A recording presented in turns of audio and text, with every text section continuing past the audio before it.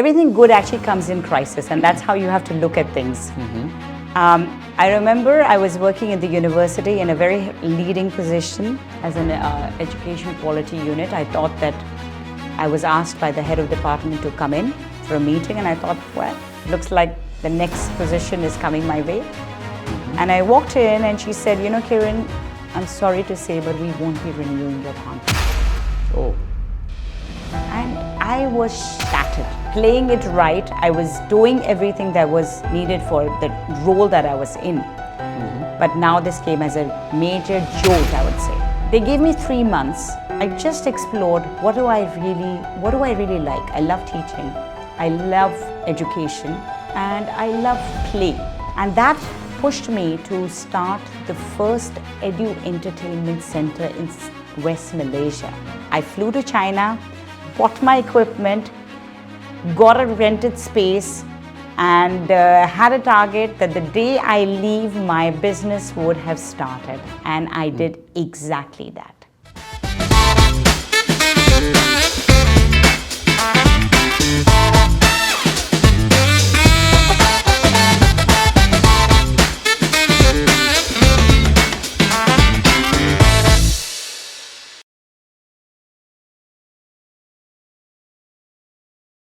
Hello and welcome to this new episode of the Startup Caffe Podcast. I'm your host Sriwant. Today we have somebody who embodies impact like no one else. Kiran Deep Sandhu, who's a 2 times TEDx speaker, an entrepreneur, a management and communication consultant, a documentary filmmaker, and someone who deeply believes in giving back to society. So we're going to talk to her today and we're going to understand her journey and see where she's planning to go next. Hello and welcome, Kiran. Hi, Sriwant. Good to see you here. Thank you so much for having me on your show, your podcast. Absolutely privileged to be here and with the audience. So why don't we start by knowing who Kiran Deep is really? Your journey, how did it start? Kiran at heart is actually an educator. But when I say an educator, I've also evolved as an entrepreneur, a social entrepreneur, an author, a TEDx speaker, and basically someone who deeply believes in the values of being a leader and someone who wants to give back to the community. I was born in Nepal. My family is from Jammu Kashmir. Okay. And I studied in New Zealand. I always wanted to get into the diplomatic services, and that was a part of me that always, I think now, creating policies not for nation, but at least on the community level is something that I'm today doing. Okay. And I live in Malaysia. I am a proud mother of 3 beautiful daughters and very grateful for the journey that I have been on. Wow, interesting. You seem to be a truly global citizen, so to say. Absolutely. Yeah? Now, let me start by asking you something that you often say. Your voice matters, right? That's what is often mentioned by you. So what exactly in your life shaped this mission? Actually, the statement is your voice matters, so speak to be heard. Okay. And I think that this mission of your voice matters, speak to be heard is very deep to me, because as a young, I am on the outside look like an extrovert, but many a times I think in crowds I become an introvert. Okay. And I think it was in class 8 where everybody thought that this young girl who comes from an American school is probably the loudest in the class, will be able to, win the debates. And I was just put in front of the stage and said, okay, Kiran, you're going to take part in this debate and we are all going to win. But I think lack of preparation and that sudden jolt literally froze me. And after that, every time there was an opportunity to speak up in crowds, I would freeze. In 10th grade, I was hoping that I would get the red tie, become a prefect. I lost that opportunity. Again, I worked really hard, but whenever the mic would come in front of me, I would start like stammering or literally start freezing. And again, I lost the opportunity to become the head girl, captain of the team, nothing. When I went to college again, great with friends, but whenever came to be in front of stage or in front of people, I would start crippling. And I realized that over a period of time, I've lost so many opportunities because I wasn't able to voice myself. Okay. I muted up. And I think that has been a mission that everyone has caliber, everyone has potential, but without a voice to share what we have to say, we miss on amazing opportunities.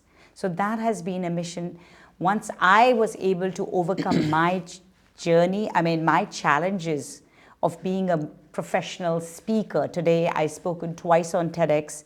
I've even spoken in the House of Lords in the British Parliament, representing Nepal and representing the Sikh community. It was quite interesting that a person who didn't have a voice or was scared of stages was asked to represent whole community at the House of Lords.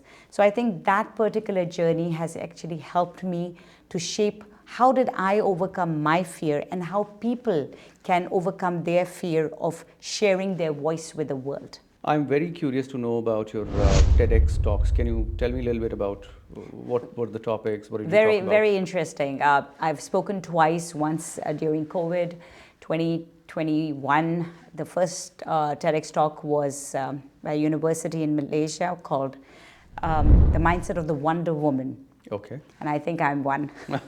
You are, yes. I am. Absolutely. Well, that's how you have to feel. Yeah. And the second one is quite recent in 2024, which was service leadership in the technological era. This was in Chennai. And when you look at these two TEDx topics, they may feel very disjointed or not connected. But the underlining theme which bring these two topics together is that as an individual, first of all, we have to believe that we are a leader.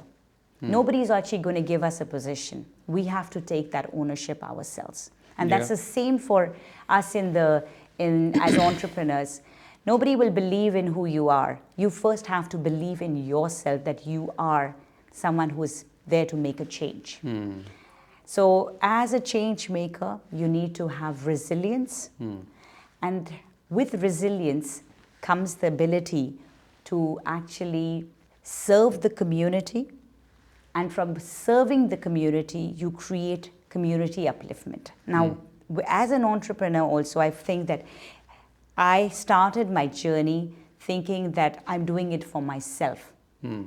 But when you look at how what you are doing is creating bigger impact, you're able to see that you are taking risks not only for yourself, but a bigger dream, which is actually creating, impact in the community. You are helping people uplift their life in whatever way it is.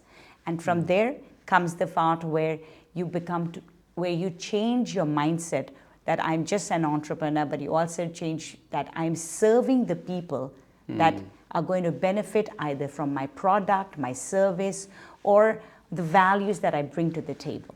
I think everything changes with that mindset. That becomes the guiding light for you to take so many decisions that we have to take on a very regular basis, Exactly. right? Exactly. You also talked about this speak influence system. Can you tell us a little bit about it? So, as I've said, Sriwant, that the motto of life is speak to be heard because your voice matters.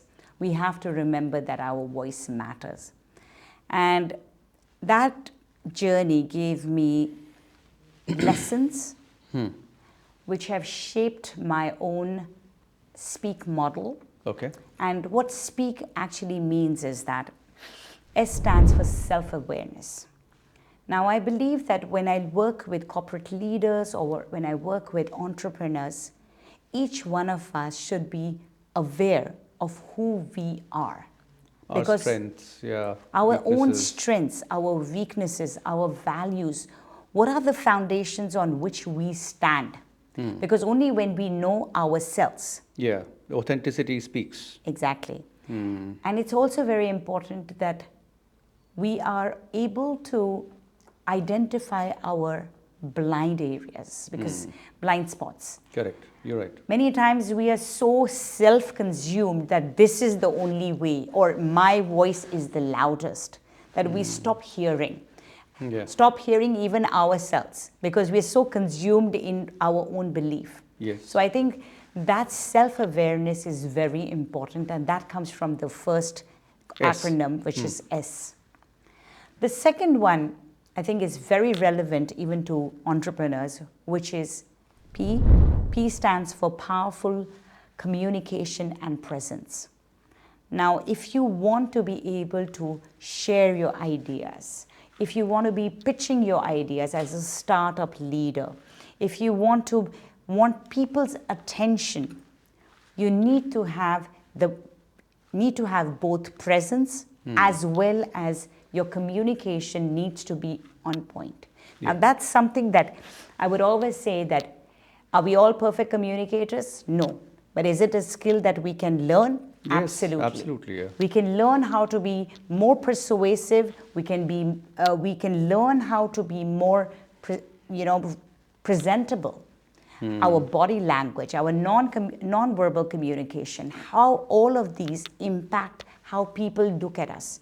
Because our stakeholders have already made up their mind about us even before we open our mouth. True. So that's why, as entrepreneurs, or even as corporate leaders, we need to work on our presence and our powerful communication. Couldn't agree more. Yeah. Now, E stands for emotional intelligence. Now, here everybody is talking about EI, but do we really understand what is it? I think I was failing in it miserably. Okay. And I think that it goes back to the S, self-awareness. You're so consumed in your own ego that you stop seeing your own flaws. Are you listening?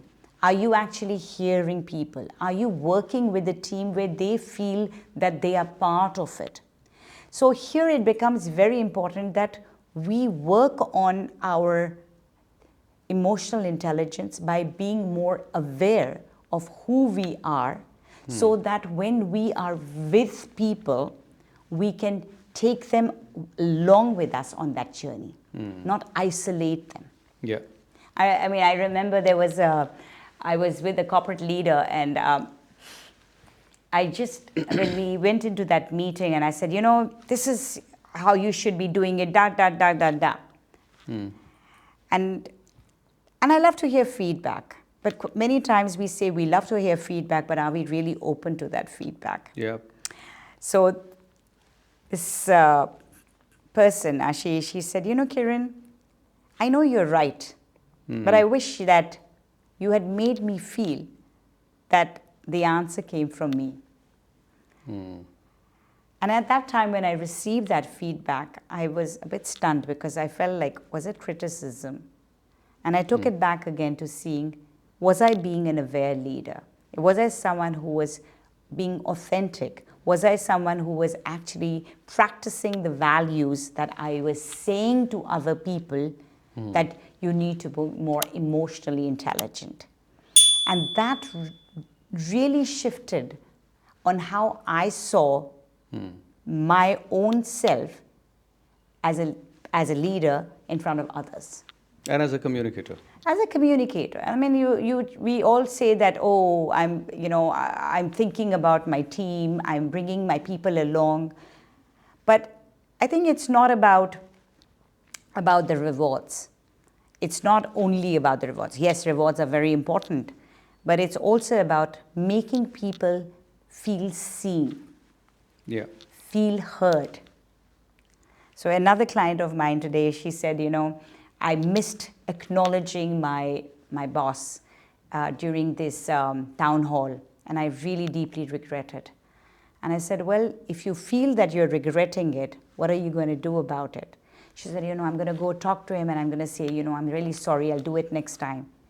I said, well, what else could you do? And she couldn't really think about it. And I said, everyone loves actually being told that they did a good job.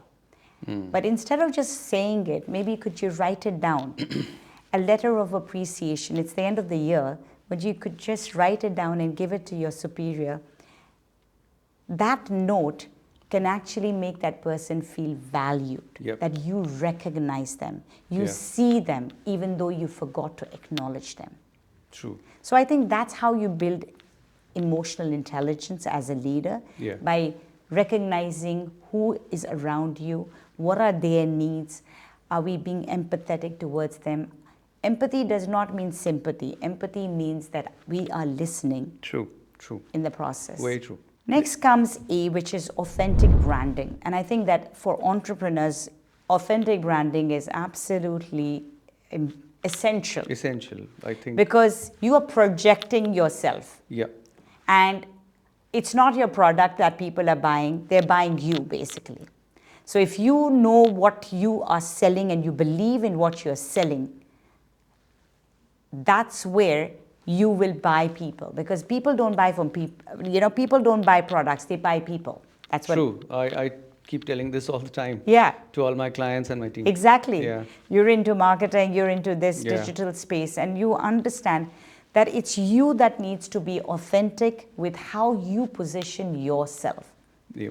And I think that's where the digital communication comes in also. Yeah, and it's become absolutely imperative. It's no more an option or a choice for brands or leaders to choose to be authentic. You will have to be authentic primarily because people will see through you anyway. Exactly. Right? So why not choose to be authentic and show them the real picture? Because they will see it anyway. So I will also just add on, Sriwant, that all of us wear a mask. How much we want to show the world depends on us. And at that stage, it's very important, like we talk about privacy and the public self. So it's very important that how much do I want to show the world? And whatever you're showing the world needs to be as authentic as possible. True. While maintaining your own privacy. Yep. So I think that a lot of people ask me that you don't post pictures of your children or your family. Is it that you're not happily married? Now that's not the case. I probably respect their privacy, and hence they are not in my social media feeds, because there is a public self of me which is constantly visible to the world, but I don't need to be exposing my family to those particular things. So I think it's very important that as entrepreneurs, we need to make a choice. Now, if you are selling a home product, for example, you need to probably bring in the family element. Yeah. And that's something that shows an authentic family story that is there about who you are. But if you're selling something which is not related to any of this, you still can bring in family, but it doesn't have to be so deep that you share everything about it. So I think authentic branding is very essential. Be true to who you are, and be true to who you are goes back to the S. What are your core values? What do you stand for, and what are your principles? Because whatever you stand for is what you're going to build yourself on.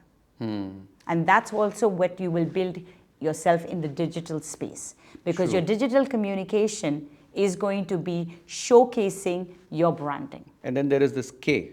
K. So K is all about your key leadership skills. Now that's whether it is delegation, whether it is assertiveness.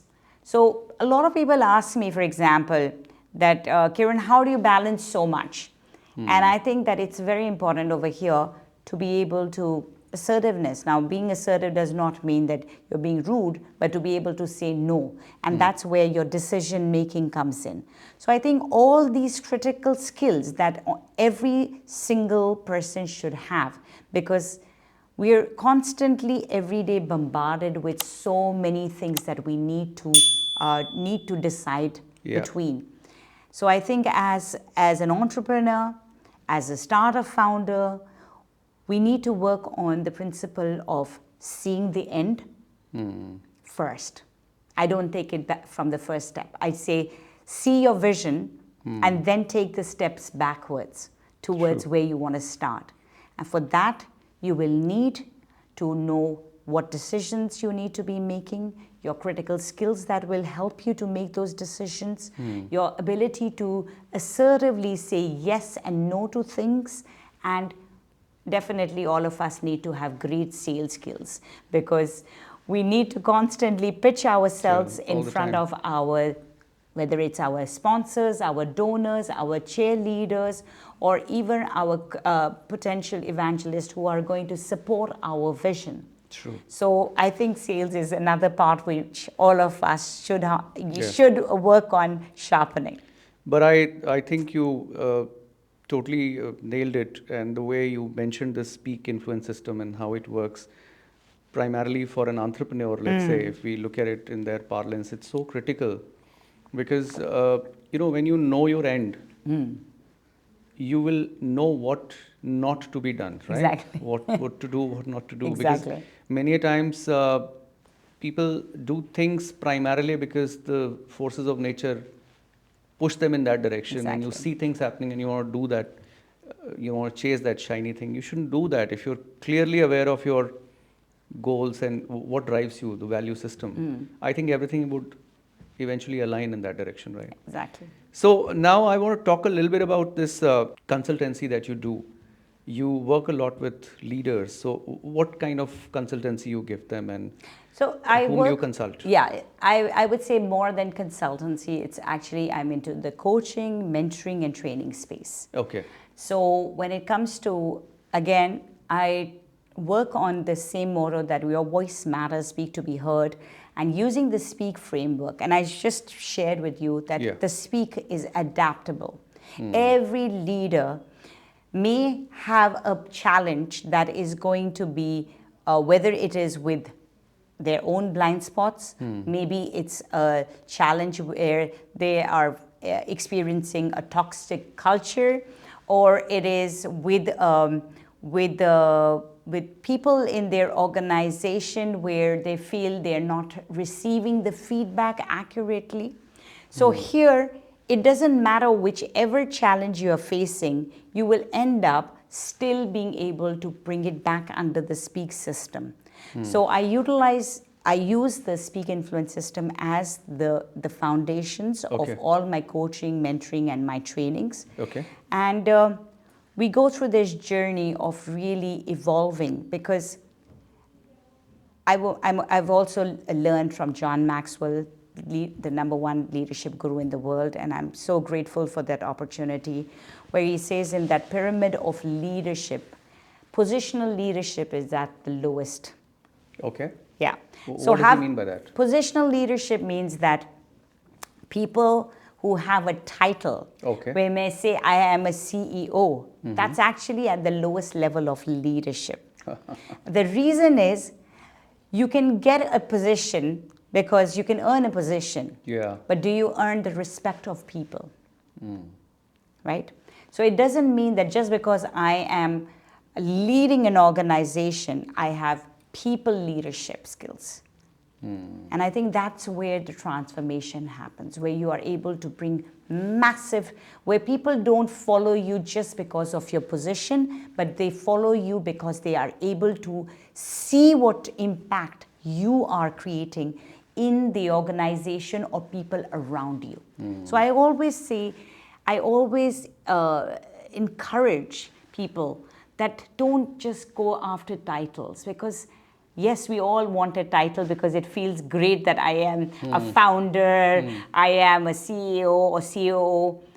Yes, I'm a CEO of a one-person company which only I know. It doesn't matter. Yeah. What you really need to think about is, if you are creating impact and you are able to show the results, and if people are able to see value and follow you because you are doing something which is not only impacting them, helping them, transforming them, then you will be able to bring, you will be a people leader versus just a positional leader. Yeah. So when you work with these leaders, what are the patterns that you notice where you feel that, okay, so this is a guy who's going to become a great leader vis-a-vis someone who probably would end up being a good leader? Okay. You have two questions in there. So your first question is, what are the patterns that you notice in people who are going to be good leaders versus great leaders? Yes. I would just say it for the same thing with entrepreneurs, actually. Here, let's use the word intertwined. Like leadership means you, someone who leads yourself as an entrepreneur, as a startup founder, as someone who believes in a mission. Example. True. So I would just say leadership is over there. Now, someone who is going to be a great leader, I think, someone who is a risk taker, someone who is someone who believes in their vision and is able to take calculated risks, not just random risks, but actually calculated risks towards that bigger vision. So I would say that's one which I've been able to see, that they are able to, differentiate themselves from the others. The second part I would say is that those who are great leaders are able to submit to learning. I have been very privileged and honored to even been coaching and mentoring senior CEOs, CFOs who I would say have a generational gap where they're probably in their 60s. Okay. And sometimes even I am worried that how will they perceive me? And I think that there have been two types of people that when they come into those sessions, one, what can this person teach me? And one, what can I learn from her? Yeah. So I think that is a big difference, that those who are willing to let go of their ego and willing to learn from anyone who is willing to share, you will be a great leader. Wow, interesting. Yeah. And the third one I would say is those people who stay curious. Now that is also very interesting, because as we grow in our in our journey, we start stagnating because we start feeling that I know it. And we start missing out on opportunities which are around us. And I think that's where great leaders are the ones where they will see opportunity where others are not able to see those. Primarily because they push themselves a lot. They're more observant, they're more curious, they're actually seeing things which other people are not seeing. I mean, look at the pandemic. There were people who crumbled, and there are people whose trajectory just was exponential. Yeah. And that was because even in crisis, they were able to see potential. They were able to see growth opportunities. Yeah. And because they were curious to see, okay, what is it that they are not doing? So I think that those three things really are the differentiator between people who are going to be good leaders and who are going to be great entrepreneurs. Very keen to understand your own entrepreneurial journey. How did it start? Everything good actually comes in crisis, and that's how you have to look at things. I remember I was working at the university in a very leading position as an education quality unit. I thought that I was asked by the head of department to come in for a meeting, and I thought, well, looks like the next position is coming my way. And I walked in and she said, Kiran, I'm sorry to say, but we won't be renewing your contract. Oh. And I was shattered. Which year was that? 2012. Okay. I was shattered because I was on top of the game. I was playing it right. I was doing everything that was needed for the role that I was in. But now this came as a major jolt, I would say. Rude shock. A very rude shock.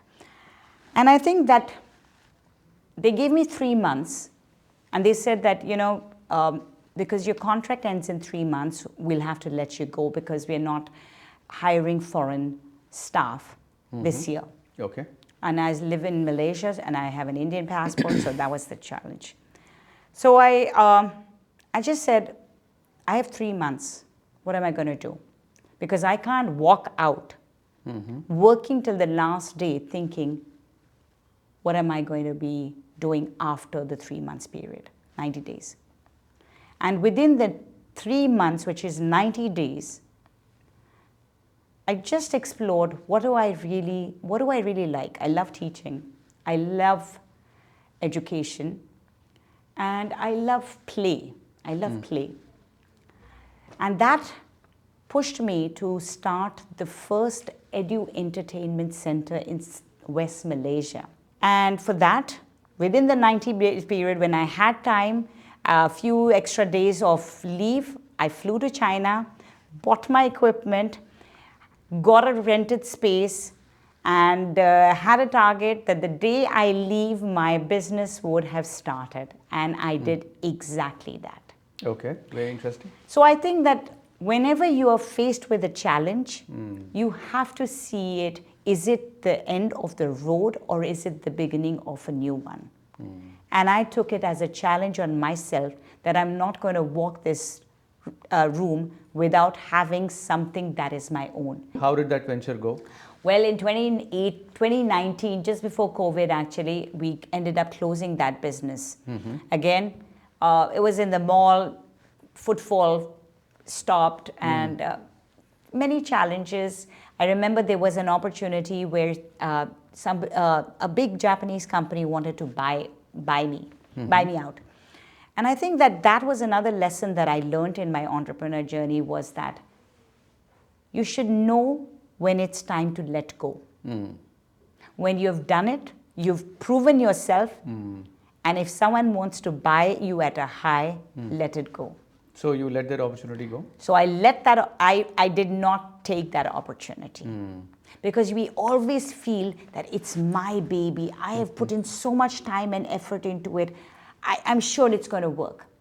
So that's one challenge that entrepreneurs always feel, that they get stuck into their own ideas. Sometimes. Yeah. So I think it's always important to know that if it's working, then sell it at a high. And if it's great, then keep going on doing it. But always know when it's time to exit and pivot. Evolve yourself, because your challenges may change, your products, services might change, but be ready to pivot. Don't get fixated with what you have. Okay. So after that, your journey of coaching and Okay, so as I said, I'm an educator at heart. So that was my first business opportunity. And simultaneously, COVID also happened. I've been in the training space since 2003, actually. But I was always working for other people. So I never had my own visibility. So I remember in 2023, somebody asked me, so Kiran, we're seeing a lot of your videos coming up. Looks like you've gone into the training space.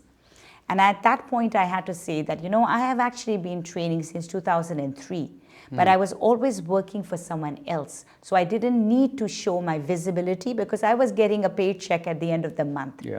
And it was someone else's content. Here, as an entrepreneur, I have to now position myself. And that's where your authentic branding comes in. That what you are trying to sell to the world, you first have to be visible.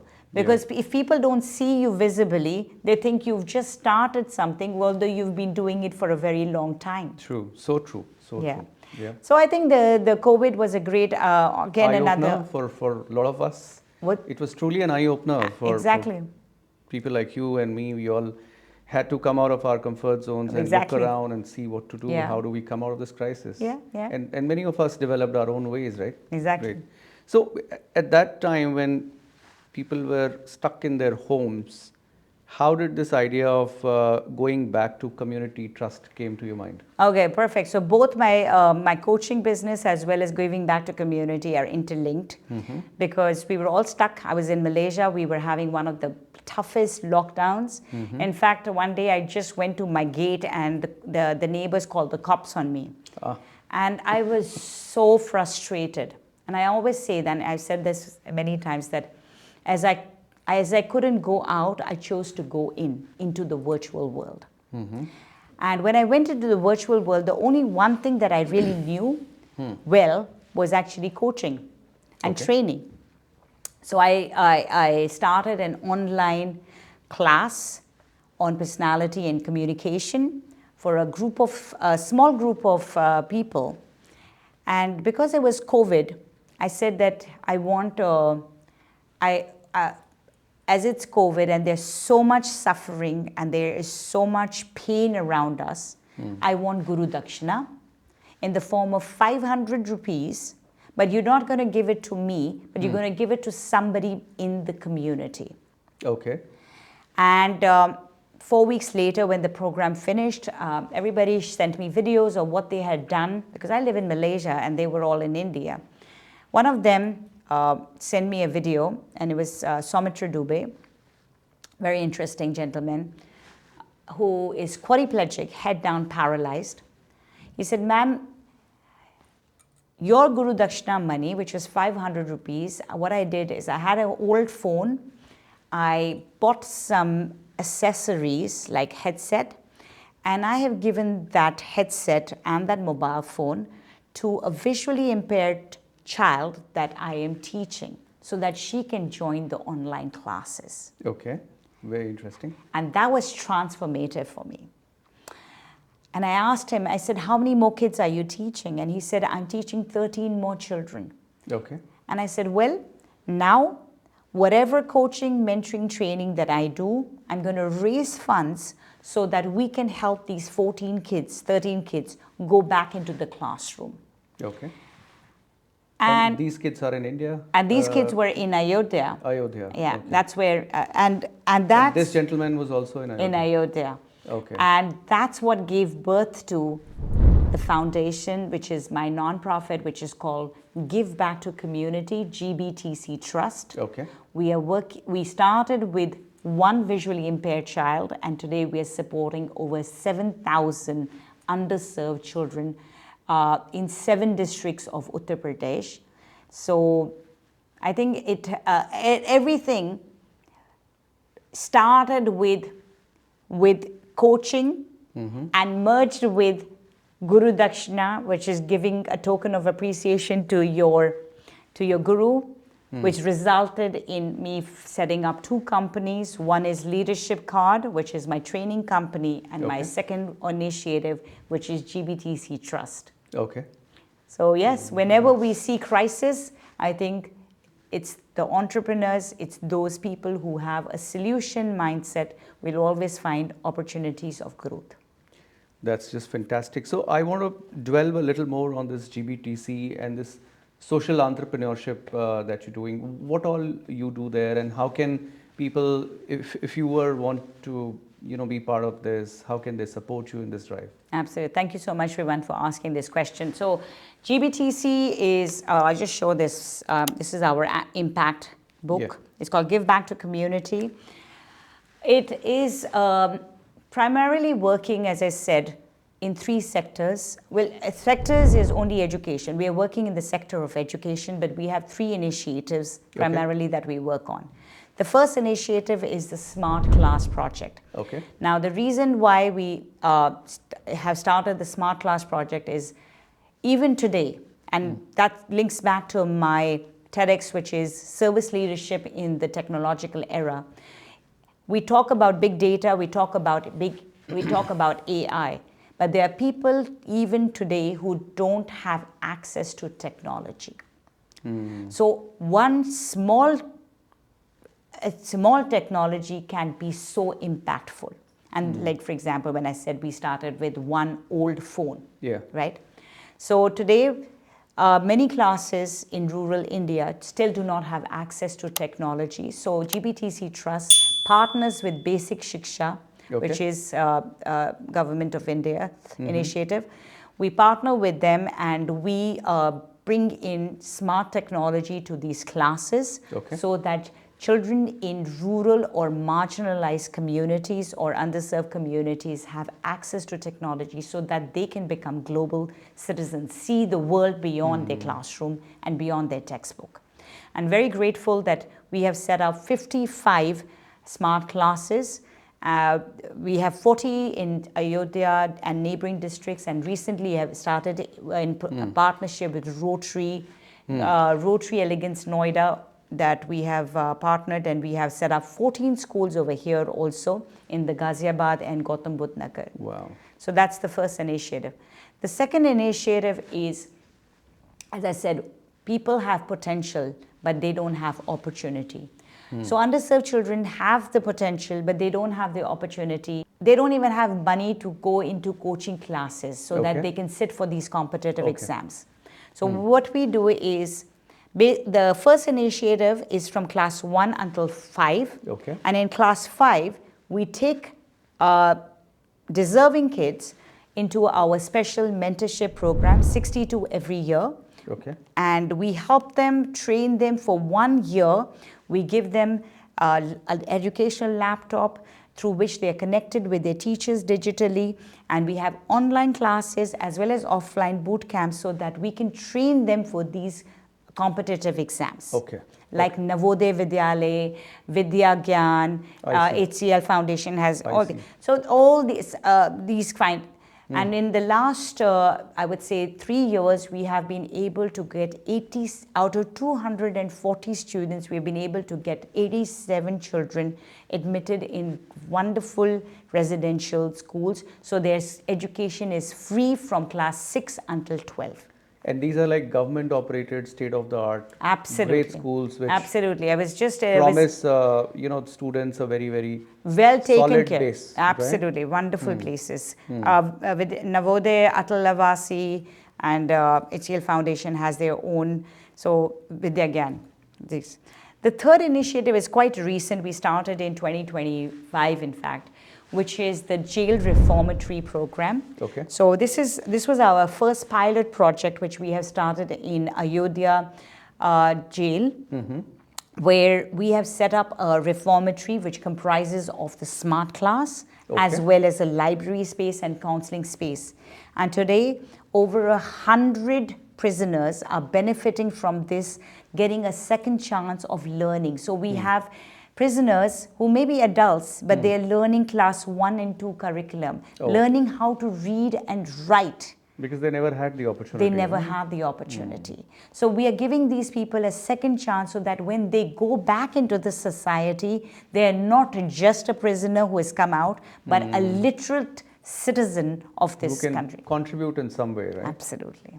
So these are the 3 initiatives that we have. Our website is gbtctrust.org. Yeah, we'll add all those details. Absolutely. In the And that's caption. where once you go in, you will find all the links on how you can support us, how you can contribute. You want to volunteer your hours.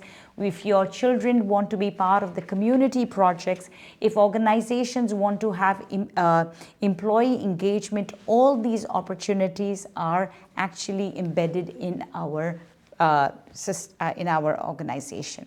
Excellent. I also noticed that you've taken a detour and you became a documentary filmmaker. How did that happen? How did you find time to do all this?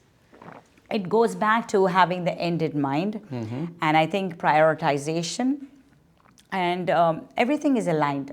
They all may look like disjointed, but they are all aligned. So our documentary, Kursi, I'm very happy to share with the audience, has won a lot of accolades this year. Okay. It's an 18-minute documentary. It is yet not on the OTTs. Next year, after it finishes its film festival circuit, we'll be having them on the OTT. We are also nominated for the Jaipur International Film Festival, which is actually an Oscar-nominating festival. And if it wins, well, Kursi might be representing India at the Oscars. So I'm super excited about that. Excellent. We're also going to be showing we've been nominated at the Mumbai International Film Festival. So there have been a lot of great things that have happened. But Kursi may seem like, how did I become a filmmaker? It's still back to giving back to the community. And in literal sense, the actors in this documentary are our own student, Abhishek. It's his real story. The teachers, Nivedita is our teacher who is part of who teaches in the smart school.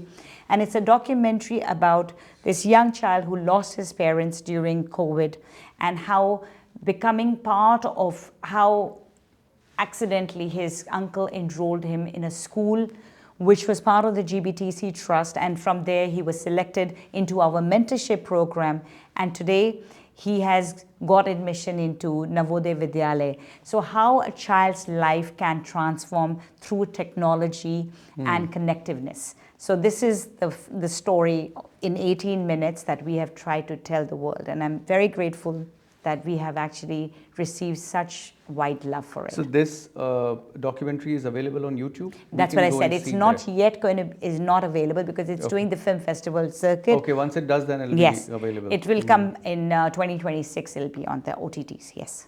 YouTubes and other places. It's so mind-boggling for me to hear so much that you do. How does your regular day look like? Can you give me a view of what you do and how much do you do in a day? And you pack so much punch. How do you do that? No. And how should people like us and people who are watching this, how should they manage their time in such a way that it can pack so much? I think it's again Give us some tips. Yeah, I would just say one thing, that I don't think there's anything called work-life balance. It's a lie. It's a myth. But what we could do is manage it better. And that is only possible when we know what we want to do, which is again, end in mind. Yeah. So with the end in mind that I want to create impact for my social initiative, I want to be a corporate coach, or I want to be a filmmaker. All of these, as I said, are not disconnected. They're all aligned. It's not that everyone is going to take every day's space, but each day I start my day by either listening to a podcast or reading every single day. Okay. And I think that start to my day gives me time to just be a learner. Something new that I'm taking away. The second thing what I do is, we talk about the big rocks, which is what are the 3 big things that I want to be achieving that day. And I'm just write down the 12 of them, but there are 3 of them, and I always achieve probably 1. But as long as at least 1 of them is done, it's a good day. So I think don't be so, like I couldn't do everything. Just know that what's your one big thing that you want to do for the day. That's a very practical tip, because what happens is many times we create a things to do list, and I happen to do that all the time, that I make a lengthy list, and it's quite frustrating at the end of the day when you see that you could probably only reach 10-15% of that. Yeah. You're saying it's okay? I think it's absolutely okay as long as you've done one impactful thing that day. One thing well. But what happens in your case when there are, across these various buckets that you have? There's a social cause, then there is entrepreneurial stuff. Then they start clashing with each other. So I think that one tip I have to tell people, because is that when we talk about time management, I was missing meetings. I was not able to keep track. And I would say that thank you to Google calendaring. Now, the reason why I say that it's very important, it's not that we become slaves to our calendar, but it just gives prioritization to what is important for that day. Yeah. And I think that when we just keep taking, and another thing that I learned from another colleague, again Ashish Datai, is that leave a lot of white space in your calendars, which means leave space for uncertainties. Block 1 or 2 big things and leave space for uncertainty, because all those uncertainties are going to again take the rest of your day. But keep 1 or 2 big things that you're going to do that day. Yeah. Sounds like a very practical and solid advice. I'm going to follow that to the T. I see that you brought a very interesting looking book. Can you tell me a little bit about this Road to the Valley? Absolutely. Yeah. So I think my journey of becoming an entrepreneur or a social entrepreneur are all inspired by my father, Sardar Preetham Singh. And this is a book which was released in 2023 called The Road to the Valley, The Legacy of Sardar Preetham Singh. You've written this? Yes, I have. Okay. So this is one of the books that I've authored. Okay. And in fact, So you've written more? I have actually written another one too. We'll have to create an Excel sheet to tell people what all you do, right? It's difficult to otherwise mention all in the screen. I think that more important thing is that, Sriwant, is as entrepreneurs, we forget our own journey. My father, when he saw this book, he had tears in his eyes because he said, have I done so much that you could actually write a book about me? And I think that documenting our own journey, because our journey of challenges, our journey of risks, our journey of impact become stories for younger entrepreneurs so that they can either learn or replicate. And I think this was what I did in this book. I always thought that somebody else would write my dad's journey. And why is my dad's journey important? Well, first of all, I would say he embodies entrepreneurship to the T. And he was the first person who brought transportation to Nepal in 1959. Okay. From Nepal, from India, from Jammu Kashmir back to in Nepal. And when we say that first person, and the book is called Roads to the Valley, it's very metaphorical because there were no roads to the valley. And I'm not sure if the audience are able to see, but there is an image at the back of this book where you will see that when my father reached Patna, the first time he had gone to Nepal, he went on a train, so he didn't know what the roads or the journey was going to be. But when he went the second time with his trucks, he reached Patna, the banks of the mighty Ganges River. He found that there were no bridges to cross that mighty Ganga. And 3 days after thinking what should he do, because he couldn't go back, he asked the local boatman over there that can we tie up 3 boats and put the truck on top of it, and can you help it to go across the river? And the person said, are you crazy? Nobody's ever done this. And he said, well, nobody's done it, but it's not that it can't be done, so why don't we try? Let's try it. Okay. When they did it 3 days later, it was a fast-flowing river. The boats did not stop. 3 days later, they got offloaded in Muzaffarpur. Okay. So my father today says that he must be crazy to even think about such a ridiculous risk-taking idea of bringing the boats across. But he also says that without risk, there is no success. So the journey where he thought that why was he the first? Because nobody had ever walked those or driven on those terrains. He became the first. And that's why today there is a legacy about him, because he was the first. Yeah, makes sense. And again, from there, after contributing to bringing a revolution in the logistic industry, because there were no trucks. He would say that when people saw trucks, and I'm sure many times when we come up with a new idea, people would say, who's even going to try this? They would run away from it. But the only way to actually get them to try it is by exposing them again and again. He said when he brought the first trucks, people were scared, what is this monsters or rakshas which has come? And they would run away from it until they said, come, we will take you for a short ride. It's free. Just try it. And slowly they started seeing that there is a benefit of this mighty, gigantic thing. Yes. And that's how they got their first passengers to sit on their trucks or their buses. Wow. So I think that as entrepreneurs, people will be skeptical to your ideas. They will always think you're crazy. Who's even going to try that product? But if you believe in it and you are able to show the benefit to them, that's how you get them into it. Now let's make it super valuable to people who are watching, who are either entrepreneurs or aspiring entrepreneurs. What would be your 3 advices to them? 3 things that they should focus on. Most of us are not able to grow because we have this 3F syndrome, which is we are afraid of failure, we are fearful, and we forget what we are capable of doing. So I would say that my message to my entrepreneurs who are watching this is, the answer is in the 3 C's. And the 3 C's are, always be courageous. Nobody is, a lot of people will say, ye ho nahi sakta, this cannot be done. But if you believe in your vision and your mission, then go for it. The second C is consistency. Consistently show up every single day towards what you believe in. Because if you don't show up, you will be forgotten. True. And the last C is conviction.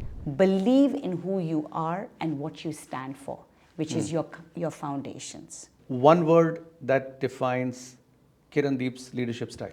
Service leadership is that whatever you do, always have the people in mind so that you can serve them. As a coach, I don't teach them. I serve the people so that they can achieve their goals. The same thing goes for my nonprofit. I'm serving the community so that they can become great citizens, better leaders in this community. Yeah, and I think if you have that mindset, it's like passing the light, right? Absolutely. You served somebody and they will serve somebody else. That is and part it of will our go on and rule. on. That's part of the rule also, that if we are helping you, you have to help someone else. And I would always say that great leaders make even better, greater leaders. That's one of the sayings, I can't remember, but yes, leaders make more leaders. They don't just hold on to that leadership. So always have the mindset that you are serving people, because when you are serving, you are thinking about how can I best bring myself to them. The best advice you ever got? I would say it is from my leadership guru, John Maxwell, that people don't care how much you know until they know how much you care. And this is that you may be the wisest in the room, but if you don't care about the people, then they don't really care about whatever you are saying and how much knowledge you have, how much experience you have. It is the people at the center. One book that had great influence on you? I would say I've been talking about it all the time, which is Mindset by Carol Dweck. I had a very fixated mindset, fixed mindset, and today if I have a growth mindset, a possibility mindset, a solution mindset, an entrepreneur's mindset, it is only because you're able to see that even in crisis, there is a possibility. Where is Kiran Deep going next? Where does she see herself 5 years from now? The canvas is open, but I would just say, as long as it aligns with my mission of giving back to the community, either as a coach, trainer, or even as a social entrepreneur, I think that is the impact that I would like to keep working on. It's been a fascinating conversation with you. Absolutely. And I hope everybody who is watching this enjoyed watching this as much as I enjoyed talking to you. Absolutely. Thank you so much for coming over and sharing your life with us. Thank you. Look forward to meeting you again, and we wish you all the success and great luck in all the ventures that you are focusing on. We'll see you around. Thank you so much, Sriwant, and the team for having me on this show.